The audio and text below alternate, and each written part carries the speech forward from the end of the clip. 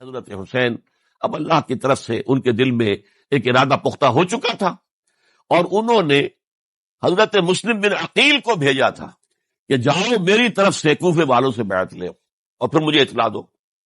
وہ گئے، وہاں 12,000 افراد نے بیعت کر لی۔ اب ان کا خط آ گیا کہ یہاں تو فضا بالکل ہموار ہے، اتنے لوگوں نے بیعت کی ہے، باقی بھی جیسے ہی آپ سامنے آ جائیں گے سب بیعت کر لیں گے۔ لہٰذا یہاں پر وہ ریزسٹنس کے لیے گویا کہ ہمارے پاس طاقت اس کوفے کے اندر بہت مضبوط طاقت ہوگی کہ ہم یزید کی حکومت کے خلاف ریزسٹ کر سکیں۔ اس کے بعد ہوا کیا؟ یزید نے عبید اللہ ابن زیاد کو گورنر بنا کر بھیج دیا۔ یہ شخص تھا بہت ڈنڈا چلانے والا، اس نے سختیاں شروع کی تو بہت سے لوگ اس بیعت سے تائب ہو گئے، لیکن مسلم بن عقیل وہ میدان میں آئے اور ان کے ساتھ ہزاروں آدمی آ گئے جنہوں نے بیعت کی تھی، ابھی تک بیعت پر قائم تھے، اور انہوں نے گورنر کے گھر کا گھیراؤ کر لیا۔ گورنر کے ساتھ 30-40 آدمی تھے کل، وہ چھتوں پر چڑھ گئے، وہاں سے پتھراؤ کیا، اور وہاں سے جو 30-40 آدمی کوفے کے تھے ان سے کہا تم اپنے اپنے لوگوں کو کہو کہ چلے جائیں واپس یہاں سے۔ انہوں نے اوپر سے کہنا شروع کیا، ڈرایا، بہت خوفناک نتیجہ نکلے گا، اب عبید اللہ ابن زیاد تم سب کو ہلاک کر دے گا۔ ایک ایک کر کے بھیڑ چھٹتی چلی گئی اور صرف چند افراد رہ گئے، اور اس کے نتیجے میں حضرت مسلم بن عقیل شہید کر دیے گئے، بلکہ ایک شخص خانی نے انہیں پناہ دی تھی کوفے میں، ان کو بھی قتل کر دیا گیا، شہید کر دیا گیا۔ اس پر یہ ہے کہ انہوں نے ایک شخص کے ذریعے سے پیغام دیا قتل کیے جانے سے پہلے کہ دیکھو میرا تو وقت آ گیا ہے، میں تو اب قتل ہو جاؤں گا، شہید کر دیا جاؤں گا، تو میرا پیغام حسین تک پہنچا دو رضی اللہ تعالی عنہ کہ یہاں یہ بغاوت ہو گئی۔ لوگوں نے، کوفیوں نے، الکوفی لا یوفی، کوفی جو ہے وہ پورا نہیں کرتا اپنے عہد کو اور وفا کو، اس کا ایک ثبوت ہمیں مل گیا ہے، یہ سب کے سب منحرف ہو گئے بیعت سے، آپ جہاں تک آ گئے وہاں سے واپس چلے جائیے۔ جب حضرت حسین کے پاس یہ پیغام پہنچا اور انہوں نے ارادہ کیا کہ ٹھیک ہے یہ تو حالات بدل گئے، لہذا واپس چلنا چاہیے، شاید عبداللہ ابن زبیر کی رائے ہی صحیح ہے، ہمیں مکے ہی میں بیٹھ کر کام کرنا چاہیے، لیکن اب جو ہے عرب کا ایک خاص مزاج ہے۔ حضرت مسلم بن عقیل کے بیٹے آڑے آ گئے، اب ہم اپنے باپ کے خون کا قصاص لیے بغیر نہیں جائیں گے، اور حضرت حسین رضی اللہ تعالیٰ عنہ بامروت انسان، شریف النفس انسان، کیسے ممکن تھا غیرت مند غیور انسان وہ کیسے ان کی بات کو رد کر دیتا؟ لہذا اچھا چلو چلتے ہیں کوفے کی طرف۔ آگے بڑھتے چلے گئے، کربلا میں پہنچ گئے، جو کچھ وہاں ہوا ہے پھر آپ کو معلوم ہے۔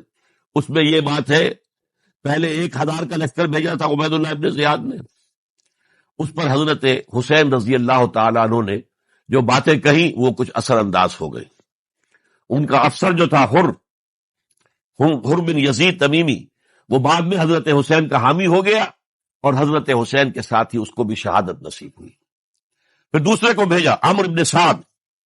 عمرو بن سعد بھی ایک بڑی عظیم شخصیت کا بیٹا تھا، حضرت سعد ابن ابی وقاص جو فاتح ایران تھے، اور جن کو غزوہ احد کے موقع پر حضور نے فرمایا تھا کہ اے سعد تیر چلاؤ، میرے ماں باپ تم پر قربان ہوں۔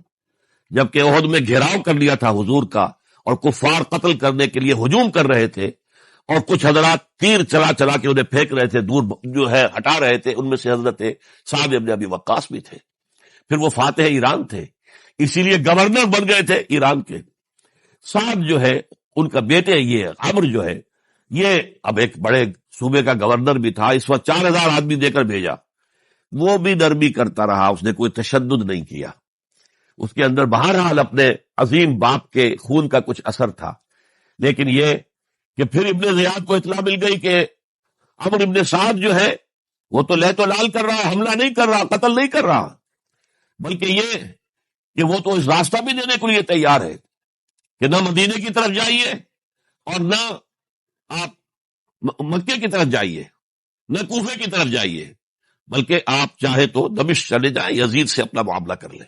اس پر ابن زیاد نے پھر وہاں سے خط لکھا ہے، میں نے تمہیں اس کام کے لیے بھیجا تھا، میں نے تمہیں حکم دیا تھا حسین سے میری بیعت لو، یعنی میری بیعت کے ذریعے یزید کی بیعت لو، اور اسے پکڑ کر لا کر میرے سامنے پیش کرو۔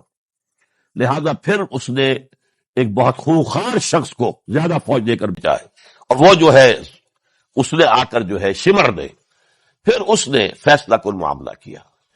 حضرت حسین رضی اللہ تعالیٰ عنہ نے ان دنوں میں جو وہاں گزرے ہیں، جتنے بھی کوفی آئے ہوئے تھے نا، اکثر و بیشتر تو کوفے کے لوگ تھے، ان سے کہا کہ میں خود نہیں آیا، تم نے مجھے بلایا تھا، اے فلاں ابن فلاں، کیا تم نے مجھے خط نہیں لکھا تھا کہ اے فلاں ابن فلاں، کیا تم نے مجھے پیغام نہیں بھیجا تھا کہ یہاں تشریف لائی؟ اور دیکھو میرے پاس تمہارے خطوط موجود ہیں۔ وہ ایک تھیلا جس میں کہ خطوط ہے وہ بھی لا کے میدان میں رکھ دیا۔ یہ حضرت حسین رضی اللہ تعالیٰ عنہ کی شرافت اور اپنی صاف دلی، کوئی اس کے اندر عیاری نہیں تھی ان کے اندر، معاذ اللہ ثم معاذ اللہ، لیکن یہ کہ اس کا نتیجہ اچھا نہیں نکلا۔ نتیجہ کیا نکلا؟ اب انہیں پتا چل گیا کوفیوں کو، اگر اب حسین زندہ دمشق پہنچ گئے یزید کے پاس تو یہ ہم سب کا بھاڑا پھوڑ دیں گے، ہماری شامت آ جائے گی، لہذا اب تو کسی صورت انہیں زندہ نہیں رہنے دینا۔ یہ ایک بڑا اہم واقعہ، نوٹ کر لیجیے اس کو، اس لیے کہ حضرت حسین نے ایک ایک کا نام لے کر اے فلاں ابن فلاں، اے فلاں ابن فلاں، اے فلاں ابن فلاں، کیا تم نے خط نہیں لکھا تھا؟ کیا تمہارا پیغام نہیں تھا؟ اب انہوں نے دیکھا کہ یہ بھانڈا اگر یزید کے ہاں جا کر پھوڑ دیا گیا تو پھر ہماری خیر نہیں ہوگی۔ یہی وجہ ہے حضرت حسین کو شہید کرنے کے بعد، یہ نوٹ کر لیجئے، 72 آدمی تھے کل، جس کو کہہ لیں لشکر حضرت حسین کا رضی اللہ تعالی، ان میں سے 20 خاندان بنی ہاشم کے چشم و چراغ تھے۔ وہ بڑی بہادری سے لڑے ہیں، بڑی بہادری سے لڑے ہیں، ایک ایک نے لڑ کر جان دی ہے، بہت سو کو مارا ہے۔ یقاتلون فی سبیل اللہ فیقتلون ویقتلون، قتل کر بھی رہے تھے، قتل ہو بھی رہے تھے، ایک ایک کر کے قتل ہو رہے تھے، شہید ہو رہے تھے۔ 20 جو ہے خاندان بنی ہاشم میں سے شہید ہوئے ہیں۔ حضرت حسین رضی اللہ تعالیٰ عنہ کا ایک بہت ہی انفنٹ چھوٹا بچہ وہ بھی شہید ہوا ہے۔ باقی سب مرد، تمام مرد، سوائے ایک حضرت حسین کے بیٹے حضرت علی بن حسین زین العابدین کہلائے بعد میں، وہ بیمار تھے، وہ جنگ میں حصہ نہیں لے سکتے تھے، وہ بچ گئے صرف۔ اچھا، حضرت حسین شہید ہو گئے، یہ ہے 10 محرم الحرام سن 61 ہجری۔ کیا مطلب ہے؟ حضور کے انتقال کے ٹھیک 50 برس بعد، سن 11 ہجری میں حضور کا انتقال، اور سن 61 ہجری میں حضور کے نواسے، اور جن کے بارے میں حضور نے فرمایا سیدہ شباب اہل الجنہ، حضرت حسین شہید کر دیے گئے۔ اور اس کے بعد اس لشکر نے خیموں کو آگ لگا دی۔ یہاں نقطہ سمجھ لیجیے، آگ کیوں لگائی؟ انہیں معلوم تھا ہمارے خلاف ڈاکومنٹری پروف موجود ہے وہاں پر، وہ ہمارے خطوط کے تھیلے وہاں موجود ہیں، اگر وہ باقی رہ گئے تو ہماری شامت آ جائے گی، ہمیں کون بچائے گا؟ ورنہ ظاہر بات ہے کہ اگر تو وہ دشمنی کے انداز میں بات ہوتی تو خواتین کی بھی بے حرمتی کی گئی ہوتی، لیکن نہیں، کسی نے، ظاہر بات ہے کہ خانوادہ نبوت کہ کسی خاتون کی بے حرمتی نہیں کی، قطعاً نہیں کی، قطعاً نہیں کی، قطعاً نہیں کی، لیکن خیمے جلانا ان کی ضرورت تھی تاکہ وہ ریکارڈ جو ہے ان کا وہ تلف ہو جائے، سارے خطوط جو ہیں وہ جل جائیں تاکہ ان کے خلاف ثبوت باقی نہ رہے۔ یہ عظیم سانحہ کربلا ہے۔ اب چونکہ یہ ہماری تاریخ کے ان واقعات میں سے ہے جس پر بہت کچھ اختلافات ہیں، مختلف گروہوں کی تعبیرات بہت مختلف ہیں۔ ایک طرف اہل تشیع کا اپنا بیان ہے، دوسری طرف اہل سنت کا ایک اجماعی بیان ہے، تیسری طرف کچھ ایسے لوگ پیدا ہو گئے ہیں جو حضرت حسین رضی اللہ تعالیٰ عنہ پر الزام لگا رہے ہیں، اہل سنت میں سے، کہ وہ تو حکومت کے طالب تھے، وہ اقتدار کے خواہش مند تھے، واجب القتل تھے۔ معاذ اللہ ثم معاذ اللہ ثم معاذ اللہ۔ حضرت حسین اگرچہ صغار صحابہ میں سے تھے، یعنی حضور کی حیات طیبہ میں ابھی چھوٹے بچے تھے، لیکن ان کا شمار صحابہ میں ہے۔ اور پھر یہ وہ شخص ہے جو حضور کی گود میں کھیلا ہے، یہ وہ ہے جو حضور کے شانوں کے اوپر جس نے سواری کی ہے۔ علامہ اقبال نے جیسے حضرت اسماعیل کے لیے کہا ہے کہ وہ فیضان نظر تھا یا کہ مکتب کی کرامت تھی، سکھائے کس نے اسماعیل کو آداب فرزندی۔ ظاہر بات ہے حضرت اسماعیل کسی اسکول اور مدرسے دارالعلوم میں پڑھے نہیں تھے کہ وہاں پتہ چلتا کہ والد کا حق کیا ہے۔ یہ فیضان نصر تھا، ابراہیم کی نگاہ کا یہ فیضان تھا کہ بیٹے کے اندر وہ جذبہ پیدا ہوا کہ یا ابت افعل ما تؤمر، ابا جان جو خواب آپ دیکھ رہے ہیں اور جو حکم آپ کو اس خواب کے ذریعے مل رہا آپ کر گزریے، ستجدنی انشاءاللہ من الصابرین۔ تو اسماعیل کا معاملہ اگر یہ تھا فیضان نظر سے، تو حضرت اسماعیل تو حضرت ابراہیم کے پاس زیادہ رہے بھی نہیں، وہ تو مکے میں رہے۔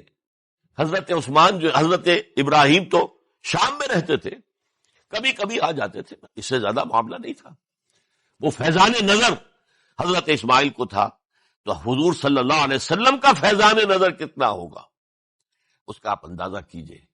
یہ کوئی جنگ اقتدار نہیں تھی، معاذ اللہ ثم معاذ اللہ ثم معاذ اللہ، بلکہ انہوں نے اپنا ایک فرض منصبی سمجھا ہے کہ میرے نانا کا لایا ہوا نظام اور اس کے اصول اب ٹوٹ رہے ہیں۔ جیسے حضرت ابوبکر کا قول میں نے آج بھی آپ کو سنایا، ایبدل الدین وانا حی، کیا دین میں ترمیم اور تنسیخ کی جائے گی، دین کی باتوں کو بدل دیا جائے گا جبکہ میں ابھی زندہ ہوں؟ اسی طریقے سے گویا کہ زبان حال سے حضرت حسین اور عبداللہ ابن زبیر رضی اللہ تعالی عنہم ان دونوں نے یہ فیصلہ کیا کہ ہم روکیں گے اس کو۔ آپ اختلاف کر سکتے ہیں کہ حضرت حسین کی رائے صحیح تھی یا حضرت عبداللہ ابن عباس کی رائے صحیح تھی، یہ کہہ سکتے ہیں آپ، لیکن کسی کی نیت پر حملہ نہیں کر سکتے۔ اسی طریقے سے بعض لوگ جو ہے حضرت عبداللہ ابن عباس، عبداللہ ابن عمر، ان کی نیتوں پر حملہ کرتے ہیں۔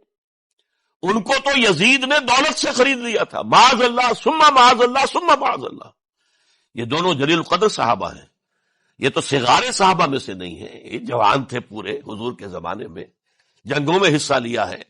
حضرت عبداللہ ابن عمر نے، عبداللہ ابن عباس نے رضی اللہ تعالیٰ عنہما، انہیں کوئی رقم نہیں خرید سکتی تھی، کوئی دولت نہیں خرید سکتی تھی۔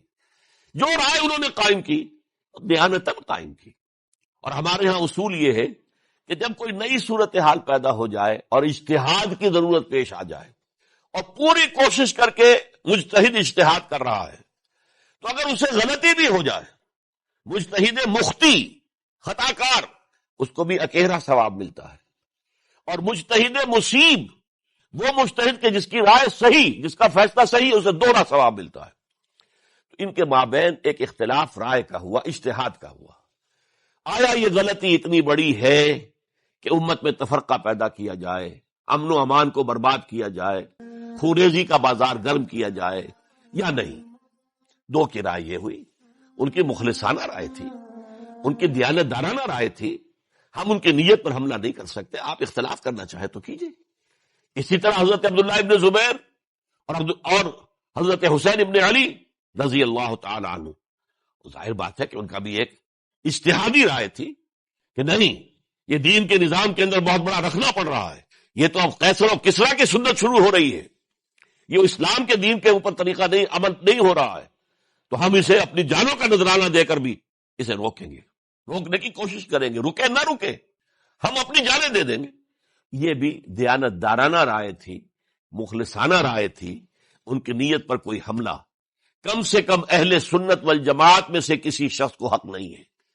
اس لیے کہ اہل سنت والجماعت کا کہنا یہ ہے، الصحابۃ کلہم عدول، صحابہ جتنے بھی ہیں وہ سب کے سب عدول ہیں، ان میں بدنیتی نہیں آ سکتی، خطا ہو سکتی۔ اہل سنت کے نزدیک معصومیت خاصہ نبوت ہے، نبوت ختم ہو گئی محمد الرسول اللہ صلی اللہ علیہ وسلم پر، آپ کے بعد معصوم کوئی نہیں، ابو بکر بھی معصوم نہیں، عمر بھی معصوم نہیں، عثمان بھی معصوم نہیں، علی بھی معصوم نہیں رضی اللہ تعالیٰ عنہ اجمعین۔ تو معصوم کون ہوگا؟ عبداللہ ابن عباس بھی معصوم نہیں، عبداللہ ابن زبیر بھی جو ہے معصوم نہیں، حسین ابن علی بھی معصوم نہیں، اسی طریقے سے عبداللہ ابن عمر، عبداللہ ابن زبیر، کوئی معصوم۔ انہوں نے اپنی رائے قائم کی ہے، اس پر عمل کیا ہے دیانت دارانہ سنسیریٹی کے ساتھ، اور ان کے لیے اللہ تعالیٰ کے ہاں ہر طرح کا اجر و ثواب ہے، سب کے لیے۔ حضرت عبداللہ ابن زبیر کی رائے اس اعتبار سے بہتر ثابت ہوئی، انہوں نے مکے میں پھر حکومت قائم کی، 9 برس تک ان کی حکومت قائم رہی، بنو امیہ ختم نہیں کر سکے اسے۔ سن 73 میں جا کر ان کی شہادت ہوئی ہے، اور ایک مرحلہ تو وہ بھی آیا تھا کہ شام اور مصر کی دونوں صوبے جو ہیں وہ بھی ان کے تحت آ گئے تھے۔ تو واقعہ یہ ہے کہ اگرچہ حضور نے ہمیں منع کیا ہے کہ کبھی یہ نہ کہا کرو کہ ایسا ہوتا تو ایسا ہو جاتا، نہیں، جو ہوا اللہ کی مرضی سے ہوا، اللہ کے اذن سے ہوا۔ حدیث کے الفاظ ہیں، ان کلمۃ اللہ تفتح عمل الشیطان، یہ جو لو کاش یہ ہو جاتا، کاش یوں ہو جاتا تو بڑے اچھے نتیجے نکلتے، یہاں سے شیطان کا عمل شروع ہو جاتا ہے۔ ورنہ واقعہ یہ ہے کہ دل سے یہ بات نکلتی ہے، اگر حضرت حسین اور عبداللہ ابن زبیر یکجا ہو جاتے اور مکے کو اپنا مرکز بنا کر جو عظیم مقصد انہوں نے اپنے سامنے رکھا تھا کہ یہ جو روایت غلط آ رہی ہے اسلام کے دینی سیاسی نظام کے اندر، اس کو ہم روکیں گے، تو اللہ تعالیٰ انہیں کامیابی عطا فرما دیتا۔ لیکن یہ پھر ہم کہیں گے ما شاء اللہ کان وما لم یشاء لم یکن، جو اللہ نے چاہا وہ ہوا اور جو اللہ نے نہیں چاہا وہ نہیں ہوا۔ حضرت حسین کو وہ عظیم شہادت اللہ نے دینی تھی، وہ اونچا مقام عطا کرنا تھا، اور پھر ان کی عظیمت، ان کا صبر، ان کا ثبات، ان کا استقلال، معلوم ہوا کہ اللہ تعالیٰ نے انسانوں کے اندر کتنی کچھ طاقت رکھی ہوئی ہے اور کتنی کچھ صلاحیتیں اللہ نے ودیعت کی ہیں۔ وہ جس طرح ڈٹے رہے، کھڑے رہے، واقعہ یہ ہے کہ وہ بھی نوع انسانی کے لیے ہمیشہ کے لیے ایک سبق ہے، اور وہ سبق یہ ہے کہ آپ حق، جو بھی آپ حق سمجھیں اس حق کے اوپر ڈٹ کر کھڑے ہو جائیں، اور اس میں پرواہ نہ کیجئے کہ آپ کی نفری کم ہے یا آپ کے ساتھ تعداد زیادہ، کوئی خیال نہ کیجئے، اس کی فکر نہ کیجئے کہ حالات ادھر ہیں یا ادھر ہیں، حالات سازگار آپ کے دشمن کے ساتھ ہیں یا آپ کے ساتھ ہے، کوئی فکر نہ کیجئے۔ حق ہے، اس کا ساتھ دینا لازم ہے، اس کے لیے جان دے دینا یہ سب سے بڑی کامیابی ہے۔ وَلَا تَقُولُوا لِمَن يُقْتَلُ فِي سَبِيلِ اللَّهِ أَمْوَاتٌ، ہرگز نہ کہنا ان کو جو اللہ کی راہ میں قتل ہو جائیں کہ وہ مردہ ہیں، بل احیاء، وہ تو زندہ ہے، ولیکن لا تشعرون، تمہیں شعور نہیں ہے۔ وَلَنَبْلُوَنَّكُمْ، اب یہ تمام مسلمانوں سے خطاب ہو رہا ہے، ہم تمہیں لازماً آزمائیں گے، بِشَيْءٍ مِّنَ الْخَوْفِ، خوف سے، وَالْجُوعِ، اور بھوک اور فقر و فاقے سے۔ حضرت حسین اور ان کے ساتھیوں کو پیاس کے ذریعے سے آزمایا گیا، حالانکہ دریا دور نہیں ہے لیکن پانی بند کر دیا گیا، کیسی کیسی شدت اور کیسے کیسے سخت حالات کا سامنا کیا، لیکن جھکے نہیں، گردن نہیں جھکی، ڈٹے رہے اپنے موقف کے اوپر۔ وَلَنَبْلُوَنَّكُمْ بِشَيْءٍ مِّنَ الْخَوْفِ وَالْجُوعِ وَنَقْصٍ مِّنَ الْأَمْوَالِ وَالْأَنفُسِ وَالثَّمَرَاتِ، اور ہم تمہیں جانی اور مالی نقصانات کے ذریعے سے آزمائیں گے۔ وَبَشِّرِ الصَّابِرِينَ، اور اے نبی بشارت دے دیجئے صبر کرنے والوں، الَّذِينَ إِذَا أَصَابَتْهُمْ مُصِيبَةٌ، وہ کہ جن کو اگر کوئی مصیبت آئے، ان پر نازل ہو جائے، قالوا، تو وہ کہیں گے اِنَّا لِلَّهِ وَإِنَّا إِلَيْهِ راجعون، ہم اللہ ہی کے ہیں، اللہ ہی کی طرف ہمیں لوٹ جانا ہے۔ أُولَئِكَ عَلَيْهِمْ صَلَوَاتٌ مِّن رَّبِّهِمْ وَرَحْمَةٌ، یہ ہیں وہ جن پر ان کے رب کی طرف سے صلوات ہیں، درود ہے اور رحمت ہے، وَأُولَئِكَ هُمُ الْمُهْتَدُونَ، اور یہی ہدایت یافتہ ہے۔ اللہم ربنا اجعلنا منہم، اللہم ربنا اجعلنا منہم، میرے اور آپ کے لیے سبق یہ ہے، صرف حضرت حسین کا کوئی دن بنا لینا یہ نہیں، ٹھیک ہے یاد تازہ کیجئے، بہت اچھی بات ہے، لیکن اس کا نتیجہ یہ نکلنا چاہیے کہ اگر حضرت حسین نے اپنی ہی نہیں، اپنے خاندان کی، اپنے اعزاء و اقربا کی، اپنے ساتھیوں کی جانوں کی قربانی پیش کر دی حق کے لیے، تو ہمیں بھی فیصلہ اور سبق یہ لینا چاہیے کہ ہمیں حق کا ساتھ دینا ہے، ہر سے بعد چاہے اس کے نتائج کچھ بھی۔ اقول قولی ھذا واستغفر اللہ لی ولکم ولسائر المسلمین والمسلمات۔